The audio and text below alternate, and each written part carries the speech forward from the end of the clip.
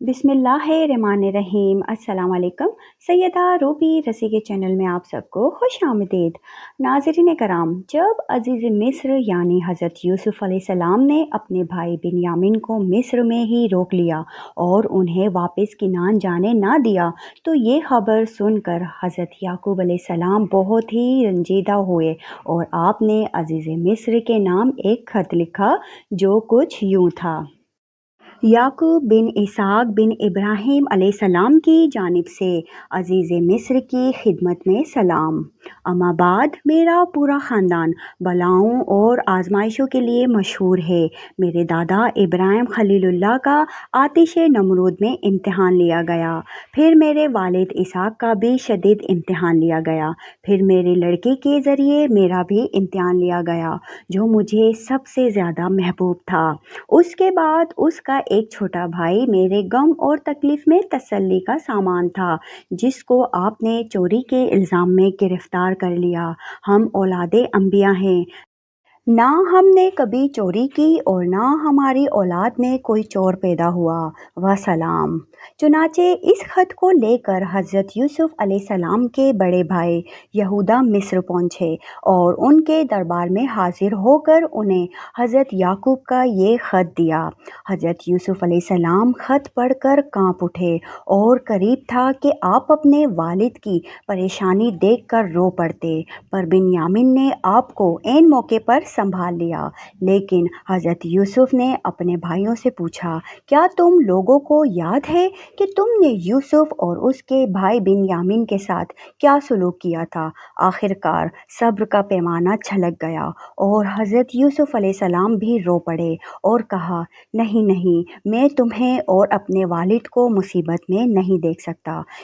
ये जुमला सुनकर बरादरान यूसुफ हैरान हो गए कि अजीज़ मिस्र हमारे बाप को अपना बाप क्यों कह रहा है। तभी हज़रत यूसुफ ने राज आश्कार किया और फरमाया, मेरे भाइयों, मैं ही तुम्हारा भाई यूसुफ हूँ, जिसे तुमने हसद के बिना पर कुएं में फेंक दिया था। यूसुफ अलैहिस्सलाम के भाइयों के हवास बाख्ता हो गए। खौफ, शर्मसारी और निदामत के एहसास ने उनकी गर्दनें झुका दी, लेकिन यूसुफ अलैहिस्सलाम ने आला ज़र्फ़ी दिखाई और दरगुजर से काम लिया। फरमाया, मैं तुम्हारा भाई हूँ, हम एक ही बाप की औलाद हैं। मैं आज भी तुमसे मोहब्बत करता हूँ, तुमसे कोई शिकवा नहीं, ना कोई शिकायत है। मैं अल्लाह से दुआ करता हूँ कि वो तुम्हारे गुनाह बख्श दे, क्योंकि वो बहुत रहीम व करीम है। भाइयों ने हज़रत यूसुफ़ अलैहिस्सलाम की ये शान देखी तो अपनी गलतियों और कोताहियों का एतराफ़ कर लिया। हज़रत यूसुफ़ ने भी पैगम्बराने तर्ज पर उन्हें माफ़ फरमा दिया। फिर यूसुफ़ अलैहिस्सलाम ने अपना कुर्ता अपने भाइयों को देते हुए फरमाया कि ये मेरा कुर्ता ले जाओ और बाबा जान के चेहरे पर डाल देना, तो उनकी आंखों की रोशनी आ जाएगी। फिर तुम सब घर वालों को लेकर मिस्र चले आओ।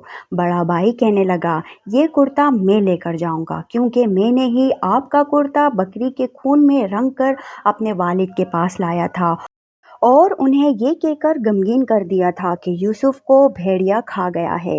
मैंने ही उन्हें गमगीन किया था और आज हज़रत यूसुफ की ज़िंदगी की खुश रंजी भी मैं ही सुनाऊंगा और उनको खुश करना चाहता हूँ। यहूदा इस कुर्ते को लेकर 80 कोस तक नंगे सर दौड़ता हुआ चला गया।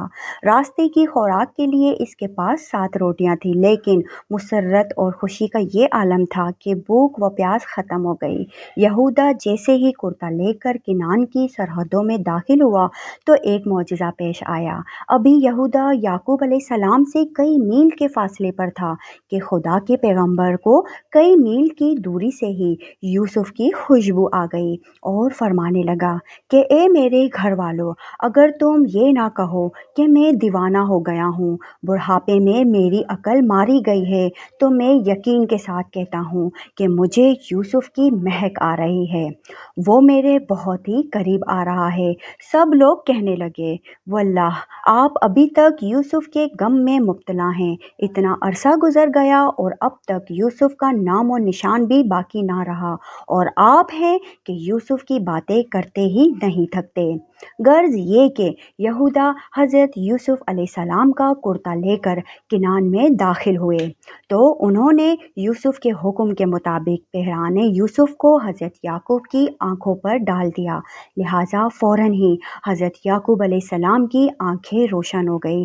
حضرت یعقوب فرمانے لگے، دیکھو میں نے کہا تھا کہ میں اللہ کی جانب سے وہ بات جانتا ہوں جو تم نہیں جانتے۔ برادران یوسف نے نہایت ہی شرمندگی سے سر جھکاتے ہوئے حضرت یعقوب کو سارا ماجرا بتا دیا۔ یعقوب علیہ السلام نے فرمایا، عنقریب میں تمہارے لیے دعا کروں گا، بلا شبہ اللہ تعالیٰ غفور الرحیم ہے۔ یعقوب علیہ السلام نے تہجد کی نماز کے بعد اپنے سب بیٹوں کے لیے دعائیں مغفرت فرمائی اور یہ دعا قبول ہو گئی۔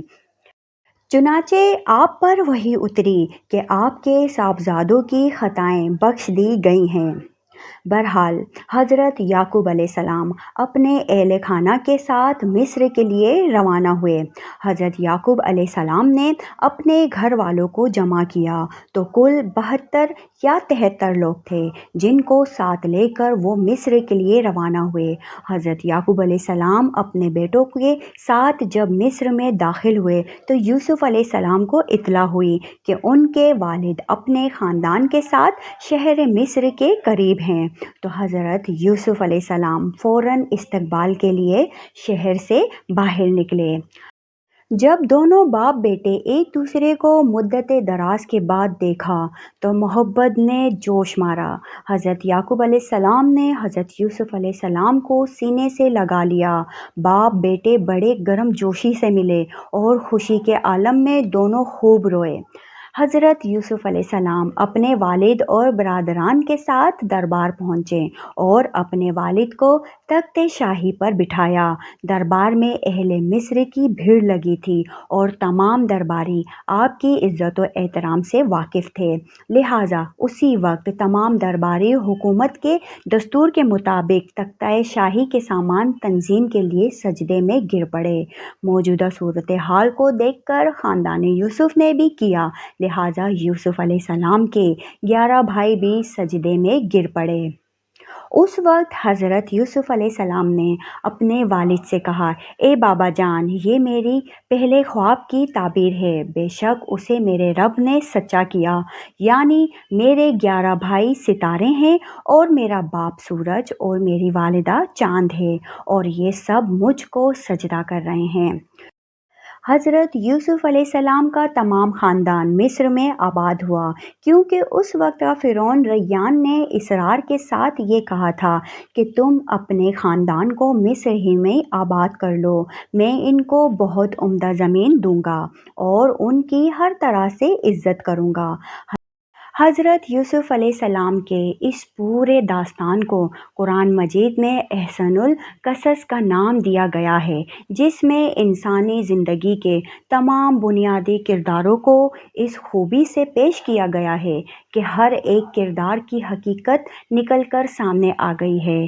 اس قصے میں زندگی کے ان تمام مسائل کو بیان کیا گیا ہے جن کا انسان اور انسانی معاشرے کے ساتھ گہرا تعلق ہے۔